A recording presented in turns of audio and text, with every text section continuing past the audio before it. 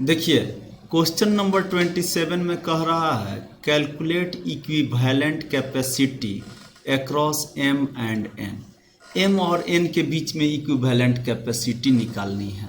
तो बाबू यहाँ पर हमने लिया पॉइंट ओ ले लिया। अगर ये पॉइंट ए है और ये पॉइंट बी है तो ये दोनों के बीच में कोई एलिमेंट नहीं है। इसका मतलब ए और बी, इस वायर को अगर हम सीधा कर दें, यहाँ पर ले आते हैं तो ये दोनों पॉइंट क्या हो जाएंगे, एक ही पॉइंट हो जाएंगे और एक निकल गया रहेगा यहाँ। मतलब यहाँ ध्यान दीजिएगा बाबू, यहाँ पर जो ये पॉइंट ए है और ये पॉइंट बी है, इसको हम सेम पॉइंट मान सकते हैं क्योंकि इसके बीच में कोई कनेक्शन नहीं है।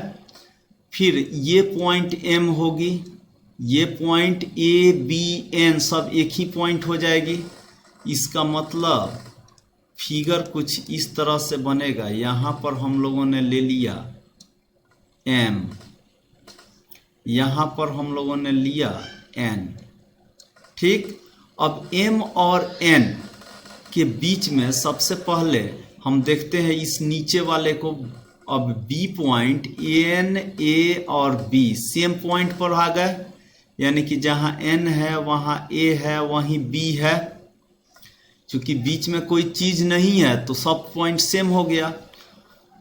तो एम और बी के बीच में एक कैपेसिटर लगी हुई है यहां पर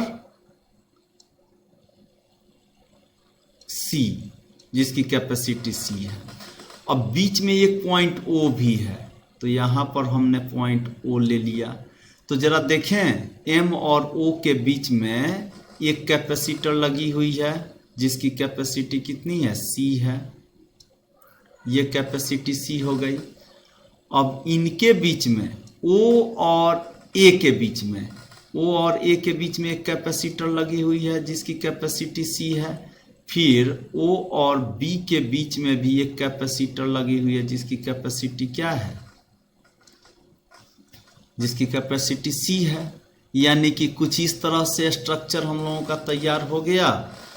इसका इक्विवेलेंट फिगर जो अब हम लोग बनाएंगे तो यहाँ लिखेंगे एम, यहाँ लिखेंगे एन।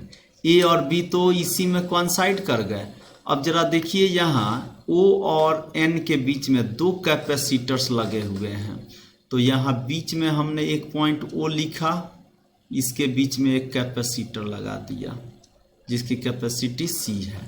ओ और एन के बीच में दो कैपेसिटर्स हैं पैरेलल में, तो इनकी कैपेसिटी क्या हो जाएगी बाबू, इनकी कैपेसिटी हो जाएगी 2C। और साथ ही साथ यहाँ नीचे भी एक लगी हुई है जिसकी कैपेसिटी क्या है, C है, ठीक। अब हम लोग आते हैं इस पर। देखिए बाबू, यहाँ पर हम लोग बात करें तो ये M और O के बीच में जो C लगा है वो, और O और N के बीच में जो 2C लगा हुआ है वो, ये दोनों सीरीज में आ गए। तो सीरीज में आ जाने से इसकी इक्विवेलेंट कैपेसिटी हो जाएगी 2C/3। कैसे, तो C में 2C से मल्टीप्लाई कर देंगे और C में 2C को ऐड कर देंगे तो ये 2C² हो जाएगी और नीचे 3C। एक C से एक C कटा देंगे तो 2C/3 ये हो गई। फिर इसके नीचे जो है बाबू ये C है, यहाँ M है और यहाँ N है। अब 2C/3 और C ये जो दोनों जो हैं वो क्या चीज में है, पैरेलल में। तो पैरेलल का इक्विवेलेंट कैपेसिटी यहाँ हमने लिखा M, यहाँ लिखा हमने N, और ये दोनों ऐड कर दिए जाएंगे यहाँ। तो बाबू 2C/3 प्लस C, इसका मतलब 5C/3। तो ये कैपेसिटी हो गई 5C/3 और ये हो गई हमारी आंसर। क्लियर, तो इसकी आंसर हो जाएगी 5C/3।